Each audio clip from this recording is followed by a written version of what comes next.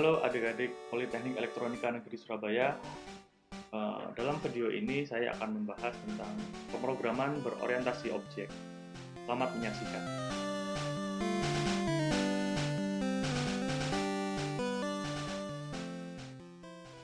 Mungkin kita sudah sering mendengar tentang OOP atau pemrograman berorientasi objek. Atau mungkin bahkan kita sudah sering menggunakan OOP itu sendiri. Tapi apakah kita sudah benar-benar memahami apa itu OOP? Apakah kita sudah paham bagaimana pola pikir dalam OOP, serta bagaimana OOP itu berjalan? Berbicara tentang OOP, berarti kita sedang membicarakan sebuah paradigma pemrograman. Paradigma itu adalah cara berpikir. Paradigma pemrograman berarti cara berpikir dalam membuat sebuah program. Paradigma pemrograman ini direpresentasikan dalam sejumlah konsep dan teknik pemrograman. Sampai saat ini, sudah banyak bahasa pemrograman yang muncul dan tenggelam. Begitupun dengan paradigma pemrograman. Suatu bahasa pemrograman bisa mendukung lebih dari satu paradigma pemrograman. Contoh paradigma pemrograman yang banyak digunakan adalah prosedural atau struktural dan object-oriented. Bahasa pemrograman yang mendukung paradigma prosedural adalah Pascal, C, COBOL, Fortran, dan lain-lain. Sedangkan contoh bahasa pemrograman yang mendukung OOP ada Java, C#, C++, PHP, dan lain-lain. Di sini C++ adalah contoh bahasa pemrograman yang mendukung beberapa paradigma pemrograman. OOP itu sendiri merupakan paradigma pemrograman, di mana OOP menggunakan pendekatan berorientasi objek. Setiap permasalahan atau kasus yang ada dipandang sebagai sebuah objek. Apa itu objek? Objek merupakan bentuk nyata yang bisa dibayangkan. Oke? Objek merupakan bentuk nyata yang bisa dibayangkan. Memiliki suatu informasi yang melekat padanya dan dapat melakukan tindakan tertentu. Di dalam pemrograman berorientasi objek, fungsi dan data bukan menjadi dua hal yang terpisah. Fungsi dan data menjadi satu kesatuan yang disebut objek aktif. Cara pandang dalam OOP, program itu dianggap sebagai kumpulan objek yang saling bekerja sama untuk menyelesaikan suatu permasalahan. Coba lihat gambar berikut. Dalam pemrograman prosedural, ada fungsi dan juga data. Namun, fungsi dan data ini terpisah. Fungsi berperan aktif dalam menggunakan data. Data yang ada bersifat shareable dan dapat dimanfaatkan oleh fungsi yang lain. Hasil pemrosesan sebuah fungsi dapat digunakan oleh fungsi-fungsi yang lain juga. Berbeda dengan pemrograman prosedural, OOP menganggap data dan fungsi itu sebagai satu kesatuan. Data dan fungsi melekat pada sebuah objek. Di dalam gambar, diilustrasikan objek sebagai sebuah lingkaran yang di dalamnya terdapat fungsi dan data. Ada fungsi F1, F2, F3, dan di dalamnya ada data A dan B. Di objek yang lain, ada yang memiliki data C dan D. Fungsi dan data ini melekat pada sebuah objek. Objek lain memiliki fungsi dan datanya sendiri. Jadi benar-benar data ini dimiliki oleh satu buah objek. Fungsi yang lain, objek yang lain memiliki fungsinya sendiri, memiliki datanya sendiri. Objek-objek ini bisa saling berinteraksi untuk menjalankan tugas masing-masing.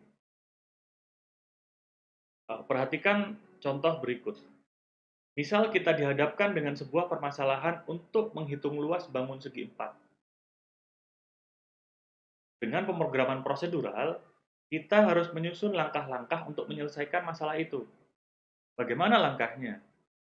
Dimulai dengan menginputkan panjang dan lebar, kemudian mencari luas segi empat berdasarkan panjang dan lebar yang telah diinputkan, kemudian tampilkan luasnya. Selesai. Berbeda dengan prosedural, OOP dimulai dengan menyusun dan merancang objek-objek yang terkait di dalam masalah itu. Dalam kasus segi empat tadi, objek yang terkait adalah ya objek segi empat itu sendiri. Kita beri nama objek tersebut sebagai segi 4x misalnya. Segi 4x itu memiliki panjang dan lebar di dalamnya. Karena objek memiliki data yang melekat dalam dirinya. Segi 4x memiliki datanya sendiri, memiliki panjang dan lebarnya sendiri. Kemudian, segi 4x juga memiliki sifat atau tingkah laku untuk menghitung luasnya sendiri. Jadi kita bisa memerintahkan segi 4x untuk menghitung luasnya sendiri. Oke, segi 4x, hitung luasmu. Oke. Di slide sebelumnya dikatakan bahwa kita harus merancang objek yang terkait. Bentuk rancangan ini berupa kelas yang merupakan cetakan dari objek. Kelas atau cetakan ini kita namai dengan segi 4. Kelas atau cetakannya kita namai dengan segi 4. Kelas ini memiliki atribut yang masih kosong dan behavior. Kemudian dari kelas atau cetakan ini kita generate objek. Maka jadilah segi 4x. Kita tadi menamai objeknya sebagai segi 4x. Ya. Kelasnya, cetakannya adalah segi 4. Objeknya, hasil generate-nya, itu dinamai segi 4x. Dengan atribut yang sudah terisi. Atributnya apa? Ada nilai panjang dan lebar. Ya. Sudah diisi panjang dan lebarnya. Sehingga objek ini menjadi objek aktif dan fungsi di dalamnya, yaitu untuk menghitung keliling, dapat dijalankan. Ada contoh lain. Ya, misal kita dihadapkan dengan permasalahan memasak makanan. Dengan paradigma OOP, maka kita diminta untuk mencari dulu objek yang terkait di dalam permasalahan ini. Misal, yang terkait adalah kompor, penggorengan, piring, sayur, daging, dan lain-lain. Dari objek itu, kita rancang kelas sebagai template-nya. Kita rancang kelas sebagai template untuk objek-objek tadi.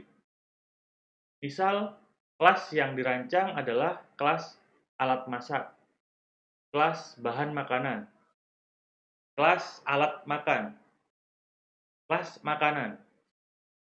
Ya, misalkan seperti itu. Kemudian, dari kelas-kelas itu, kita generate sebuah objek.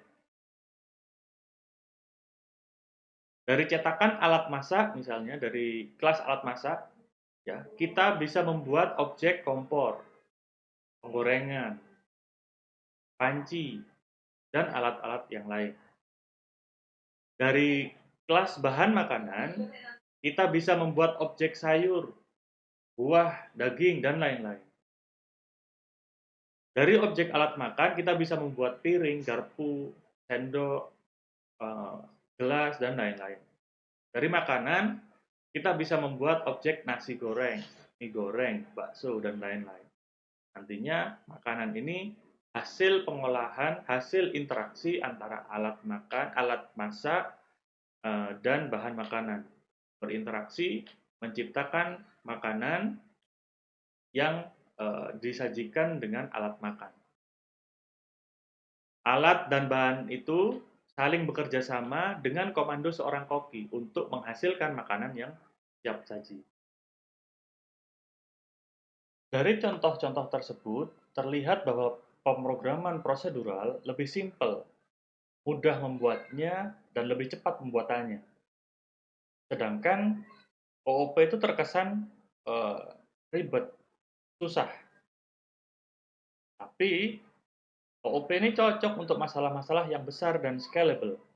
Makin besar masalahnya, makin cocok penggunaan OOP.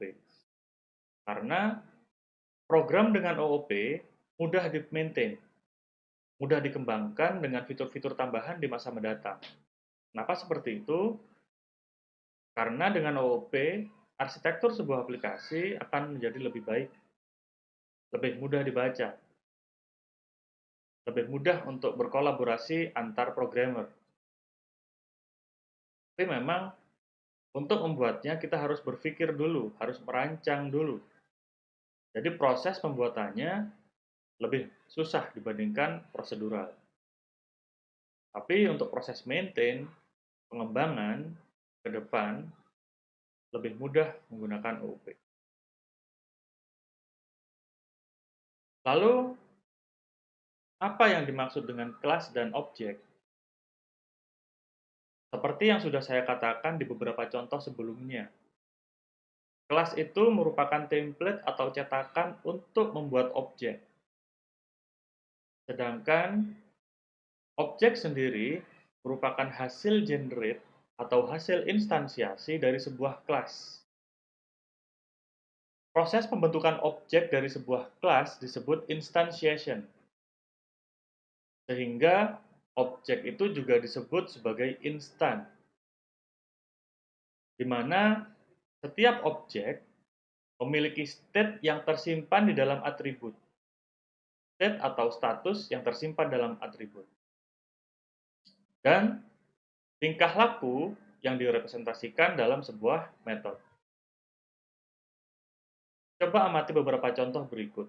Yang di sebelah kiri itu adalah kelas, dan di sebelah kanan itu adalah objeknya. Ada kelas perguruan tinggi yang bisa kita gunakan untuk membuat objek PENS, Harvard, MIT. Perguruan tinggi merupakan kelas yang tidak memiliki data atau informasi.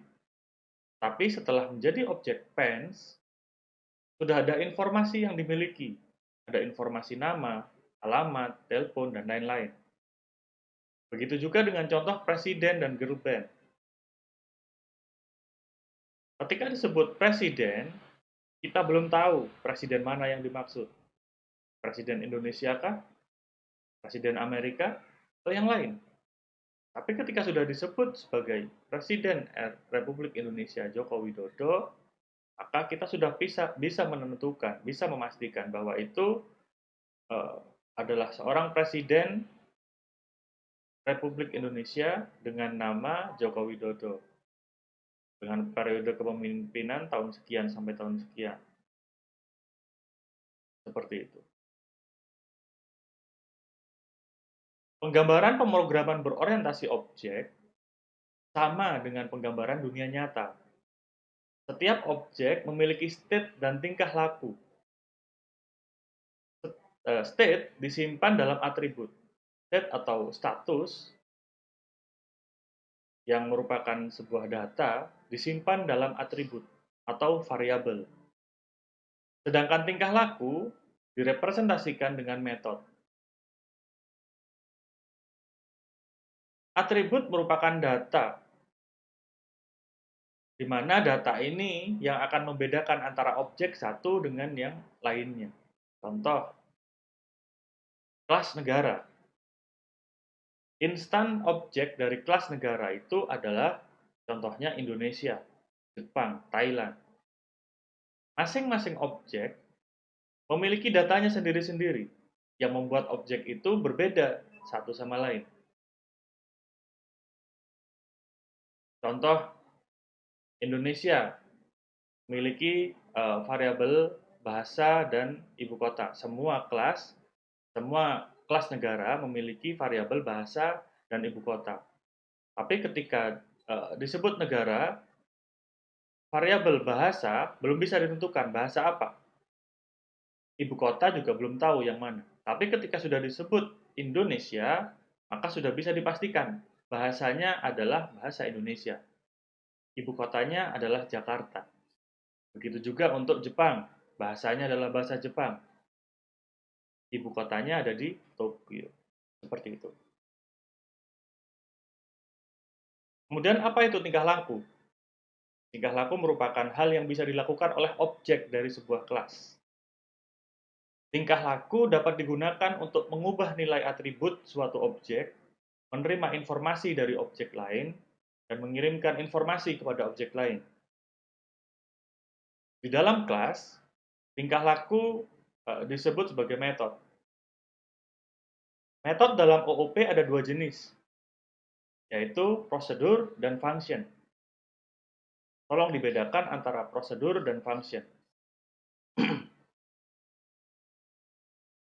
Prosedur merupakan sebuah metode yang berisi serangkaian proses yang tidak memiliki return value. Jadi metode ini hanya menjalankan proses tanpa memiliki hasil yang dikembalikan, tanpa menghasilkan nilai yang menjadi return value. Sedangkan function merupakan sebuah metode yang berisi serangkaian proses yang menghasilkan return value. Dia juga menjalankan serangkaian proses, tapi dia juga menghasilkan return value. Sekarang, mari kita coba membedakan mana yang kelas dan mana yang objek. Saya akan menampilkan dan membacakan beberapa kasus dalam bentuk kalimat ya. Setiap kalimat atau kasus akan ada kata-kata yang bercetak tebal atau bold.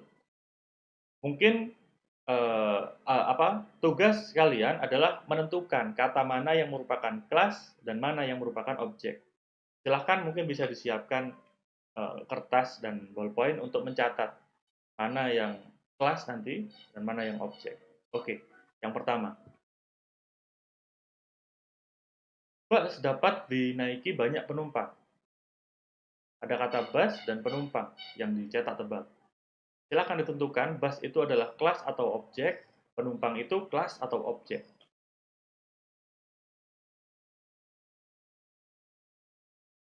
Yang kedua, Budi adalah salah satu penumpang dari bus merah. Ada kata Budi, kata penumpang, dan ada frase bus merah. Ada 3. Silakan ditentukan dari 3 kata yang bercetak tebal ini merupakan kelas atau objek.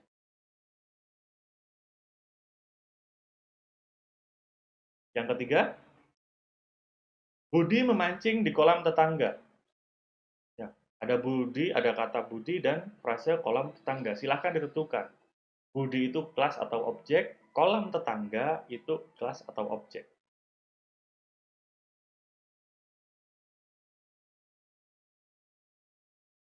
Yang keempat, Bumi adalah salah satu planet dalam galaksi Bima Sakti. Yang dicetak tebal adalah Bumi, planet, serta frase galaksi Bima Sakti.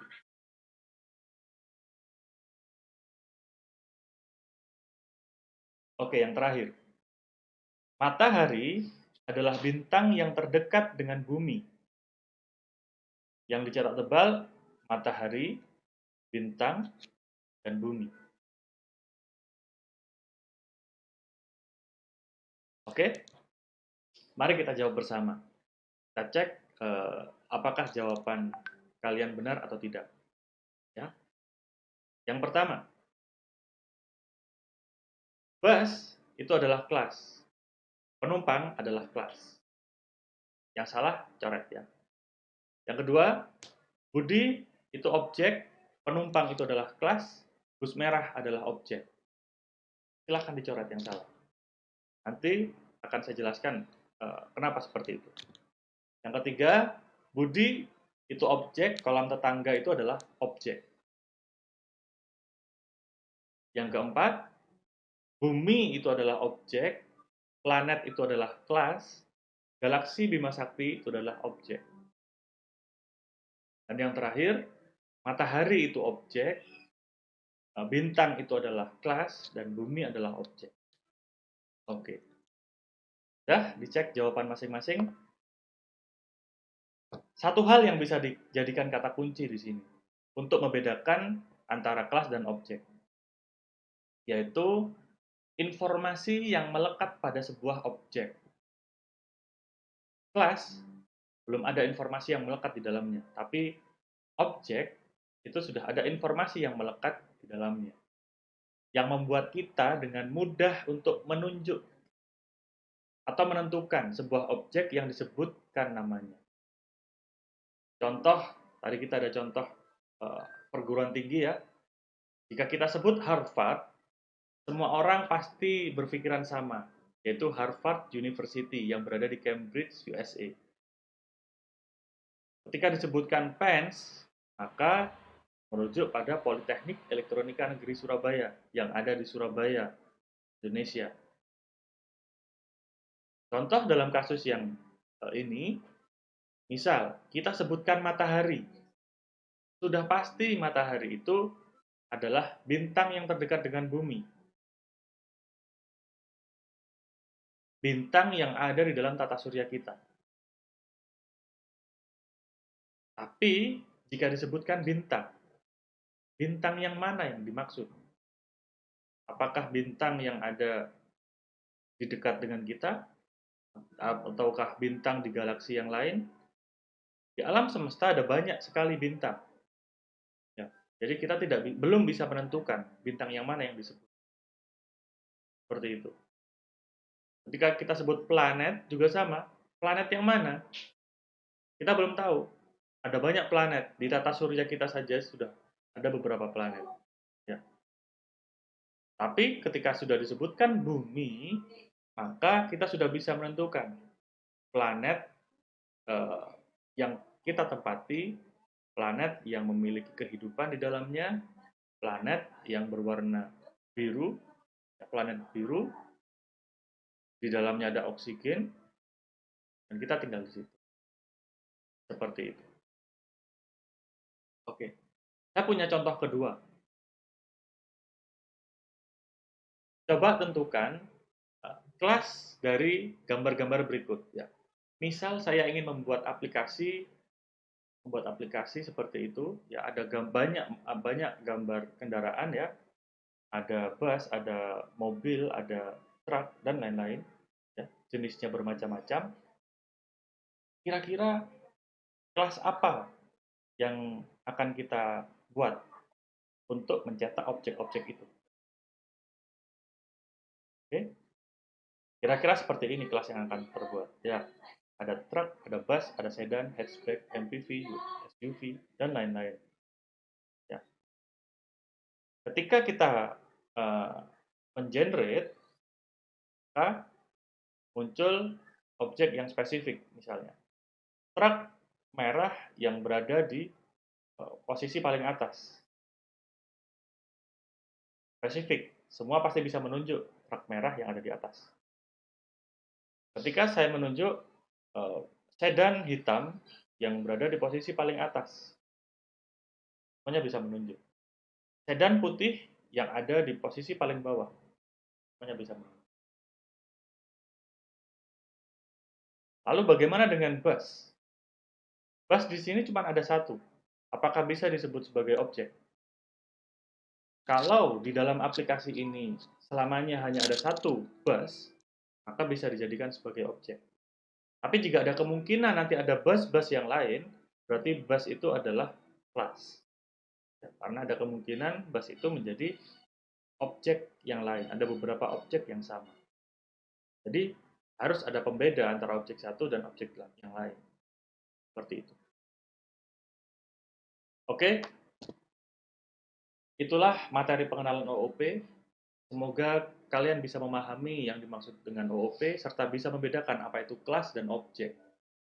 Sekian materi yang dapat saya sampaikan. Terima kasih atas perhatiannya. Wassalamualaikum warahmatullahi wabarakatuh.